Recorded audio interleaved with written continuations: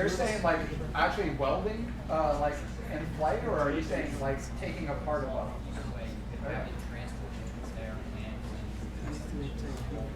Yeah, and I think, obviously starting out, it's a lot more feasible doing the second, but I've even seen drones that, like, it seems straight sci-fi. They have enough precision where they're actually like having articulating arms, building a structure, and multiple drones in unison working together to build a structure, using like connecting rods.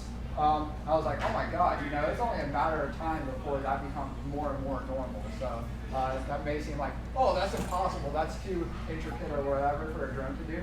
Not within that time.